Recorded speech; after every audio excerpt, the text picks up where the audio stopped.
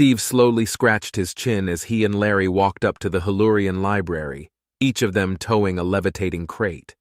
Sure enough, Larry had been able to convince his friend to let them borrow some of her levitation stones, though Steve had made sure to keep Fenrina outside the estate during the apologizing to make sure she didn't hear anything he couldn't explain. After that, things had gone as expected, with the girls posing atop the stones before Larry then turned them into temporary statues. Fenrina had struck a more heroic pose while Sherry just kept glaring at Steve as if to remind him he would never be mentioning her part of the plan to anyone. Ever. Once they had been turned to stone, Larry and Steve set the relics into place. Steve handled the fertility totem himself before they quickly boxed the girls up, and now here they were before the library. Now remember, let me do the talking, and try not to sound like normal, and remember your fake name.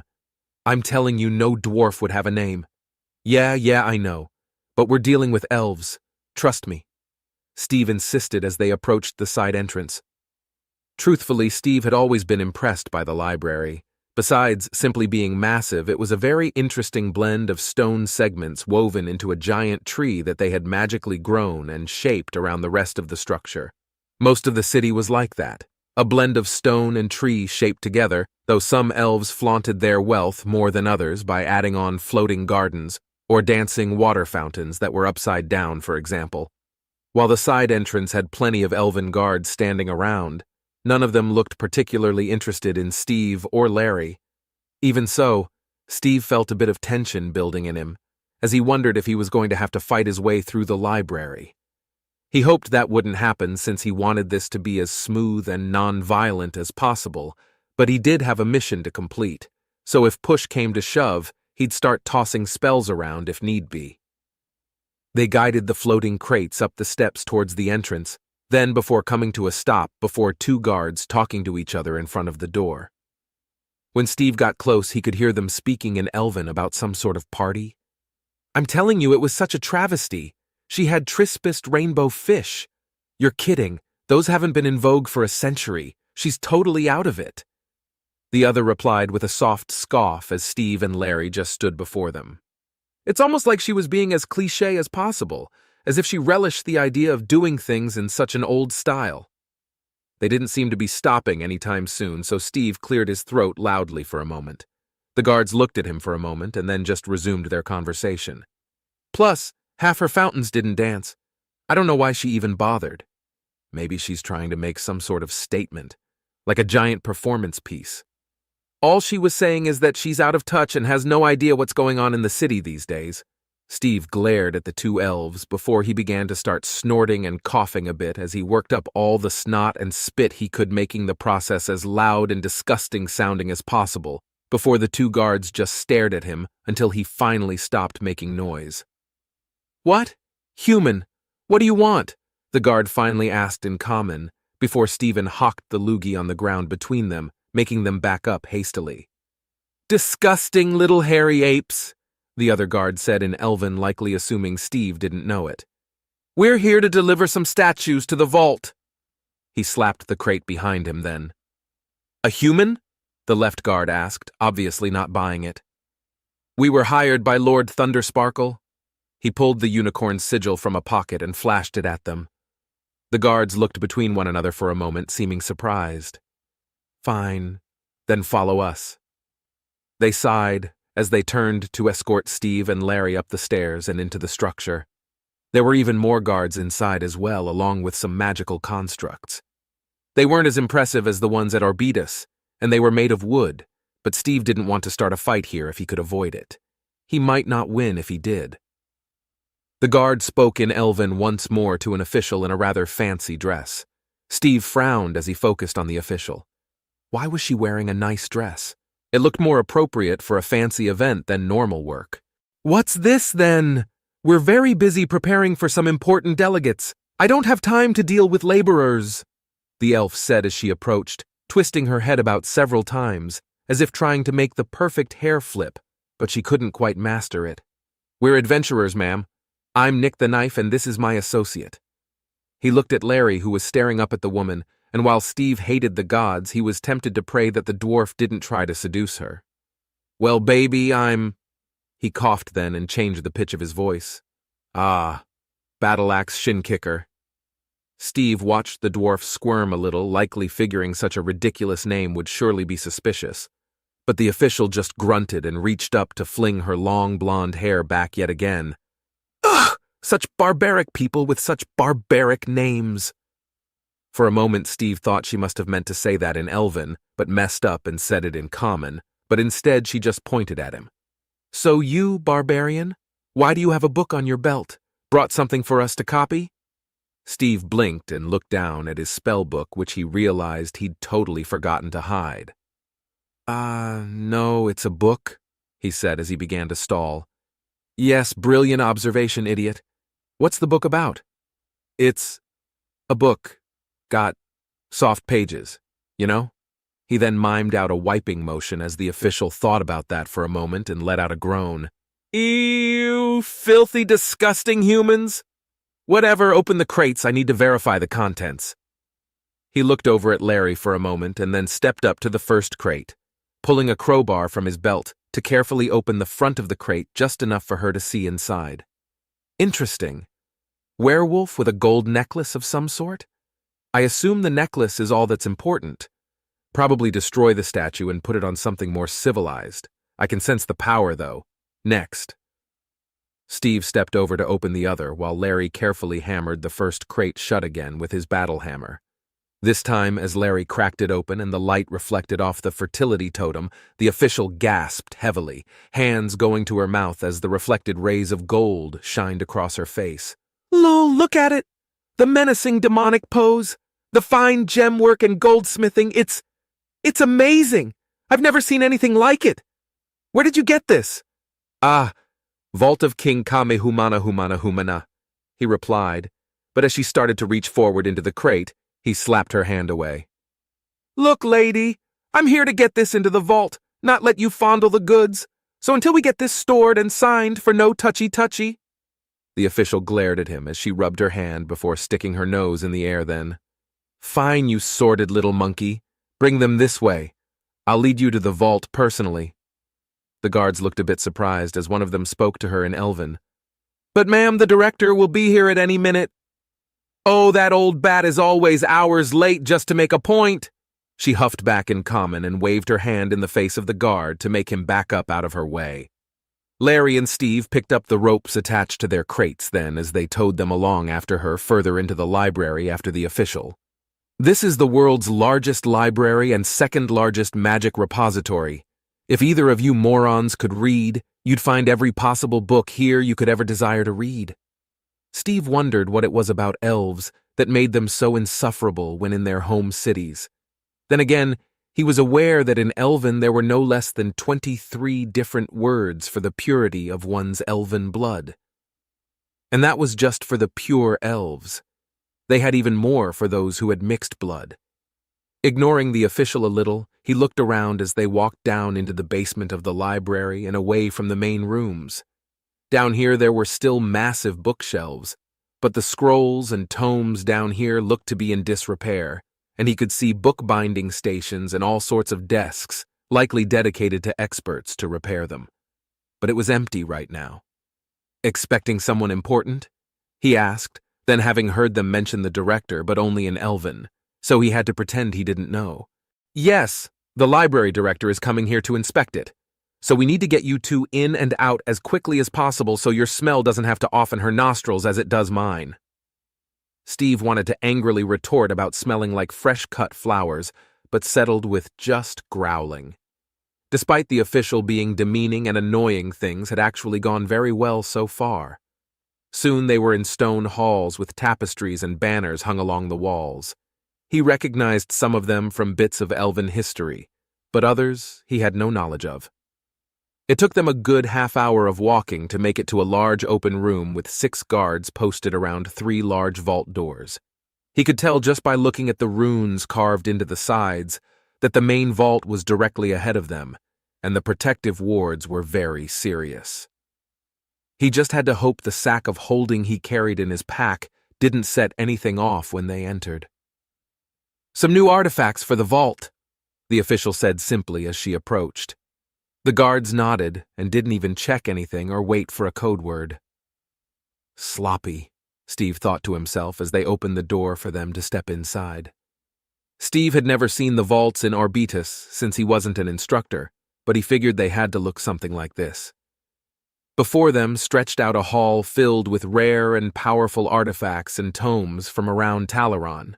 Steve recognized mostly works from the various elven kingdoms and ages, but he also spotted some dwarven works and a few draconic ones.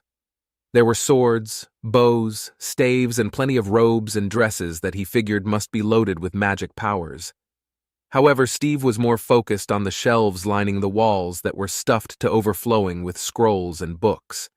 The amount of ancient and sometimes forbidden knowledge locked away in here was rather incredible, and they'd practically let him walk right in. If someone actually evil wanted to get in here and steal everything, how hard would it have been for them? Steve figured that they were doing the world a favor by making sure this stuff got back to Arbitus. That, and he sure couldn't afford to pay for his education otherwise. Right, you two start unloading the statues. Snap, snap. Steve also wouldn't mind ruining this elf's day, he thought to himself as he glared at the impatient elf official. Hey, sure, hold on, we got some stuff for you to sign. He turned to Larry then and waited for the dwarf to hand over the papers they'd written up, and then deftly plucked the cloth coated in sleep powder from him at the same time, using the papers to cover the other movement. He walked up to the elf then as he held the papers out to her and had a sudden idea. Oh, by the way, what does this smell like to you? He asked, and as he went to hand her the papers also just pressed the cloth up to her face. Smells like... She took a deep sniff, and then as her eyes fluttered, her pressed it firmly over her face and dropped the papers as he moved around to grab her as she passed out. As Steve carefully tried to lay her down, he realized didn't have the best grip and struggled to keep her from falling flat on her back. While she fell, one of her hands smacked into a shield on a nearby rack, which made it fall to the ground in a loud clatter. Shit, Steve muttered, and looked towards the vault door as he finished setting the official down on the ground. Everything okay in there? He heard one of the guards call out then. Yeah, sure. Hey, can you come in here and help us with something? He called then, and quickly walked up towards the approaching elf guard. Where's Administrator Noriala Thras? Steve interrupted the guard, then knowing elven names could go on for years.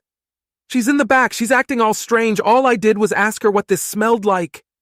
He pressed the cloth up before the next elf's face, and the guard frowned before taking a sniff. It smells like...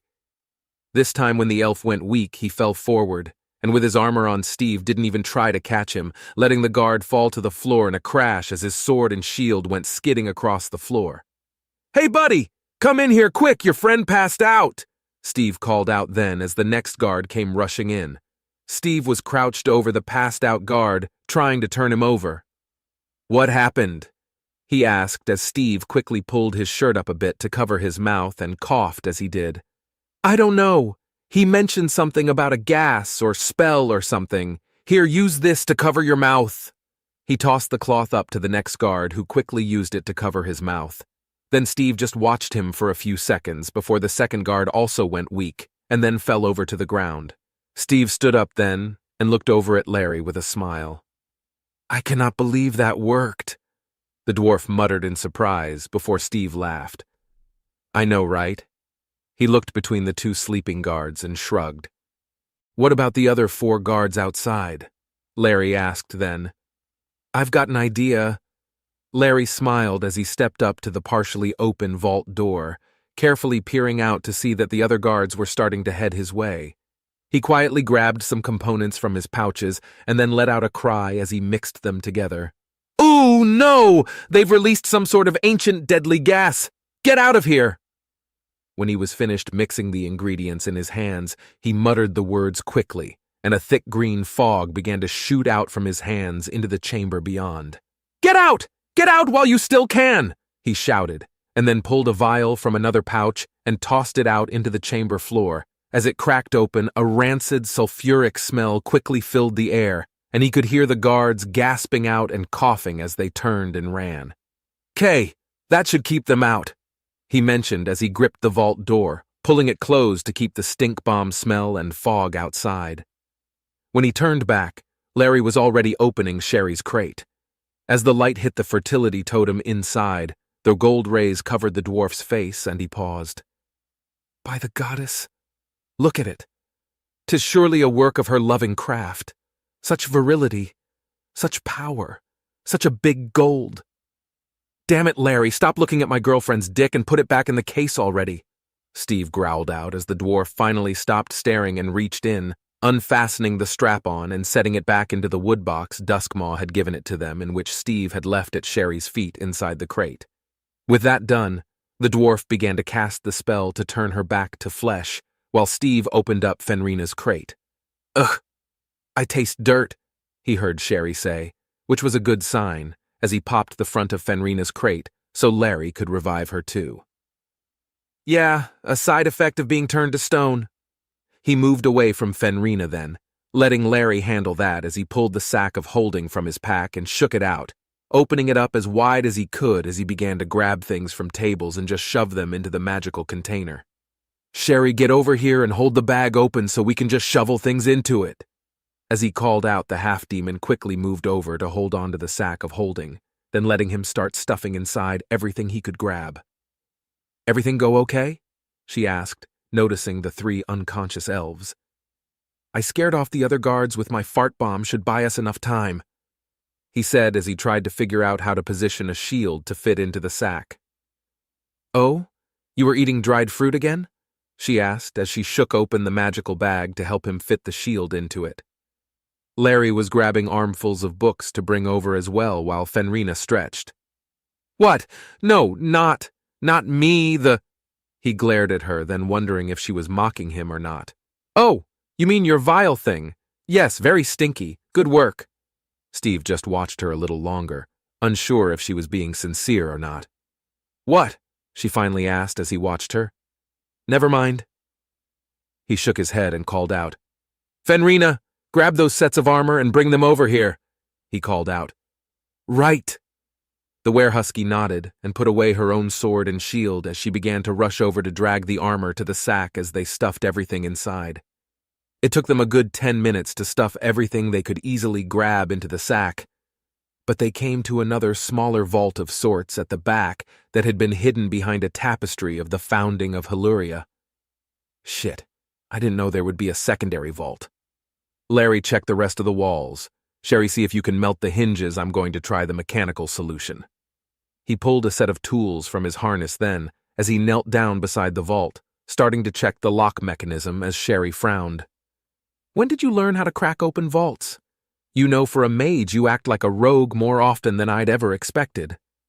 The half-demon gave him a look as she began to conjure up some hellfire to try and melt the side of the vault door off, but the fire dissipated as soon as it touched it. What? I like learning stuff. Besides, you never know when a magic vault might have anti-magic wards. Or is it that you're worried about a sneak attack during our fun? He trailed off as he looked at Fenrina past Sherry. Fenrina, go guard the vault door. Can do, she said with a big smile as she ran back up to the front of the vault door to wait. The other 3 were busy in the back when she heard a knock on the vault door. Hello? Fenrina opened the door a bit, then figuring someone who knocked had to be friendly. Hello, she said with a smile as she saw an older elf woman in a very fancy dress covered in jewelry. I'm Fenrina. Ah, I'm Director. What's going on? She asked, slipping inside as she pushed past Fenrina. You're robbing us! She gasped out, one hand covering her mouth. Yes. Hope you don't mind, Fenrina mentioned as she peered back out the now open vault door. The chamber beyond had cleared up, but she didn't see any guards or anything, so she focused on the elf woman next to her. What? Don't mind? Of course I mind. You're stealing one of the largest deposits of knowledge on all of Talaron. Did you kill the guards? Are you taking me hostage? The elf asked, as her eyes went wide and she looked up at Fenrina. The guards are just asleep and... No, we're really not evil, I promise. There's a good reason for us doing all this, but, Fenrina tapped her chin a little.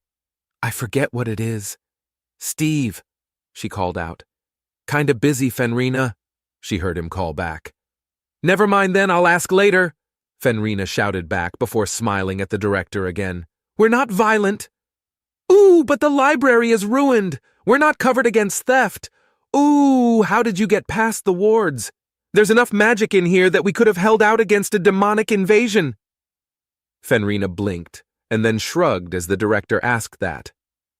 "But maybe you didn't have enough protection against regular thieves?" she suggested. "Ooh, we're ruined. The library will shut down. We'll have to sell everything to try and cover the loans we took to secure the artifacts. Ruined! The world's oldest library. Don't you understand? We'll never recover if word of this theft gets out. You've doomed our city." As the elf got dramatic, Fenrina began to frown, feeling rather guilty. "You'd do far less damage by burning the place down. Then at least we could collect the insurance and keep from closing down." The elf groaned out as Fenrina lit up then with an idea. "Hey, Steve, didn't you say my necklace can start fires?" she called out while looking down at the big gold necklace still around her neck. "Yeah, but remember I said that we are not going to—" "Got it! Ha! We're just getting these last few items and then we're out of here. Get ready to run, Fenrina, we're out of here!" he called back down, and Fenrina smiled at the director. "I think I can help you out so everyone goes away happy." She beamed happily at the director. After all, Fenrina's job was always to help out more people. So she set a hand on her necklace and began to concentrate, unsure how the fire magic worked. But maybe if she asked nicely. The members of Doom stood outside the library as they watched it burn. The elves were frantically trying to douse it with water and ice spells, but the Laval spirits had taken hold of the tree structure, and the blaze was too powerful to stop at this point as the library went up in flames. Fenrina, Larry, and Sherry were all looking fine, but Steve was a bit blackened and singed. "Larry, why didn't you heal me?" he finally asked as they just stood and watched. "Why did you stand in the fire?" the dwarf asked in reply. "Because everything was on fire," Steve growled out. "The rest of us didn't stand in the fire." Larry snorted. "Fenrina is immune thanks to the necklace, and Sherry lives in one of the hells. Of course she's able to deal with it. And you've got divine protection or whatever. I might be here to heal, but that doesn't mean I have to heal someone who keeps standing in fire." "Again, it was everywhere, and I was busy dragging those passed-out elves to safety, not to mention hurling spells left and right to both fight the fire and the guards who came after us." Steve waved his hands around for a moment and then sighed. "Whatever. However, Fenrina, I specifically said I didn't want to burn the library down." "But the director lady asked me to. She said that they didn't have theft, sewer ants, but they did have fire sewer ants." The other three turned to look up at the werehusky, who looked away from them, obviously feeling guilty. "Sewer ants?" Steve asked. "She said something about a sewer with ants in them or something." The werehusky began to poke two of her fingers together bashfully. "And those spirits in the necklace said they'd be happy to help me since they hadn't done anything in so long. So I thought I was being all helpful." As she explained herself, Steve kept thinking.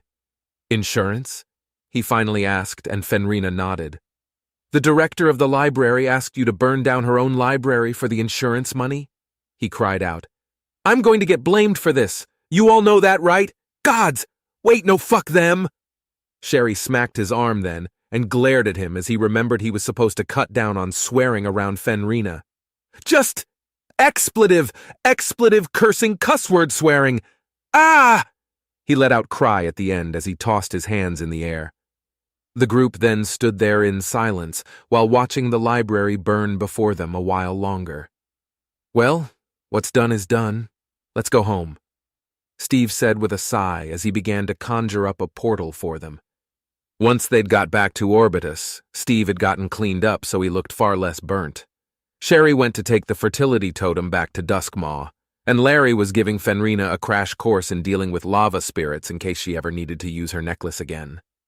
Steve had the sack of holding with him still as he went to see the Archdean and give her the bad news. Good news? Hadn't she wanted him to burn the place down? Well, good news for her, bad news for him. He wasn't looking forward to being the most hated person on Talaron. As he approached the Archon's office, he could hear shouting, and he frowned as he stepped inside to see Archcaster Evelinus leaning over the Archdean's desk. Did he know already? This could be bad. Steve quietly approached, wondering if he should try and get a spell ready for the fight that was sure to come. I'm telling you, we need to get ready in case it happens here. A horde of orcs that strong might try anything. Steve frowned and moved his hands away from his pouches now. What? He asked then as the elf spun around to face him. Orcs? Haven't you heard the news? A warband of orcs raided the Hellurian library. Those monsters burned the whole place to the ground. I heard it from the director herself. All of it. Up in flames. Those bastards. They're always out for elven blood. What? Oh, you mean because the elves stole their homelands from them thousands of years ago, and they've just been trying to regain their homeland since? Yeah, those bastards all right, how dare they? Evelinus glared at Steve then.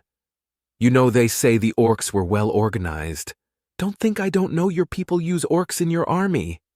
How convenient that the orcs don't attack Almera, isn't it? Steve snorted at that, while Evelinus crossed his arms and glared back. First of all, Almera is on the other side of the planet from Helluria. Second of all, we don't give a shit about your stupid forest kingdom. And, third, fuck you, buddy. Steve pointed at the elf with a growl. I've got my eyes on you, Steve. I know how jealous you are of Riava. If I find out you had a hand in this just to ruin her chance to study there, I'll bet you gave those filthy orcs the idea somehow. Steve just shook his head with disbelief for a moment. If anything, the word you want is envious, not jealous. And fucking, you know what? It was me. I burned the whole place down myself, me and my adventuring group, after breaking into the vault and stealing everything inside. Steve growled out angrily at the elf, who just laughed and rolled his eyes then. Oh yes, I see you wish you had thought of the idea. Like a stupid little mage like you could possibly break through the strongest wards on the planet. You're not nearly as strong in magic as you wish you were, Spellslinger. Evelinus hissed back with a snort. But you're right, my anger was making me think too highly of you. Obviously you weren't involved even if you want to try and take credit. But I've still got my eye on you. The elf said as he stomped out of the room then. It was me, you fucker! I burned it all down! I'm amazing! Damn it! Steve angrily shouted back as the elf left and took several deep breaths before turning to look at the Archdean and holding his hands out before him as he tried to calm down. Okay, that was unexpected. Honestly, it's perfect now he'll never suspect you. How did you form an orc army, by the way? Or was it an illusion of some sort? The Archon asked as she leaned forward, her glimmering body seeming more curious and impressed than he'd ever see her before. What? I didn't use any orcs. So it was an illusion? Or just disguises then? She asked. I did hear from the director. She warned me about keeping an eye out for stolen artifacts that some people might try and sell me since she couldn't verify everything had been lost in the fire. She clearly had no idea I was in fact behind this. How much did you save from the fire? No, orcs wouldn't get 5 feet in Helluria before some rangers filled them full of arrows. There were no orcs at all. No army, no illusion, no disguises. It was just me and the rest of Doom. Steve waited for the lights to come back up as he shook his head slowly. Very interesting. How did you do that? I honestly have no idea. He sighed and rubbed the bridge of his nose. It's some sort of latent magical energy. Perhaps you've stumbled across a killing word somehow. Interesting. A what? Steve asked, now confused. It doesn't matter. How much did you recover? She asked again, and Steve handed over the sack of holding. Everything in the main vault. The fire was after we'd cleared it out. For the record, I didn't want to burn it down at all. Apparently the director asked one of my team to start a fire so she could collect the fire insurance. He was worried the Archdean wouldn't believe him, but instead she nodded, and it was clear she understood. Ah, so that was it. Tell everyone a bunch of orcs broke in so no one suspected they'd been robbed first. Clever. Well, it won't bankrupt the library then, but without their vault, they won't have the necessary books to start a rival academy.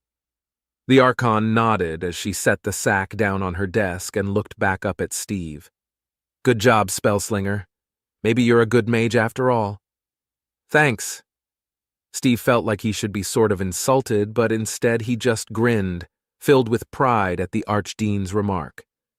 However, I'm going to want you to keep your team together. I have some more work for you, but I also want you to start adventuring to help keep up your cover. Not to mention, it should help you all get stronger in the meantime. Wait, I thought all I had to do was the one thing? Steve had a sudden sinking feeling that the Archdean wouldn't be living up to her end of the bargain, but the Archon smiled up at him. Oh, you'll have to do lots of things to pay back your student loans. But really, I need help preparing this place for more human mages. After all, you almost broke it all on your own. Imagine what a dozen humans will do. That made Steve blink in surprise as he straightened up a little. A dozen? He asked, and she nodded. You've impressed me so much. I've decided to start letting in more human students each year, and it'll be about 10 years before they're ready for combat classes, so I figure you've got 10 years of adventuring ahead of you at least before I can make you a professor. Steve couldn't help but grin wide then. A professor? The Archon nodded, and he just smiled like an idiot at the thought. Now go rest up. I'll have a new job for you soon. I need you to investigate the deepest level of the hells. Steve should have been worried about that sort of mission, but he was still grinning like an idiot. Professor Spellslinger. Yeah, he muttered, and then gave the Archdean an Almarin salute. At your command, Archdean, I won't let you down. He turned and headed out of her office with his heads in the clouds, so to speak. He hadn't literally cast a facial cloud spell, though he did know one. As the Archdean watched the human leave, she realized just how crazy the world would become with more mages like Steve out there. But if she could have him train them, then perhaps she'd know what sort of crazy to expect.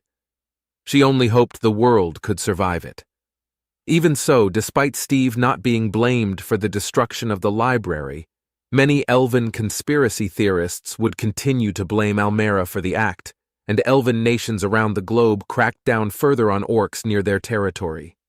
This in turn brought about worsened relations with the Almarans, who didn't take kindly to being accused of the act, or of having some of their allied orc tribes harassed by the elves.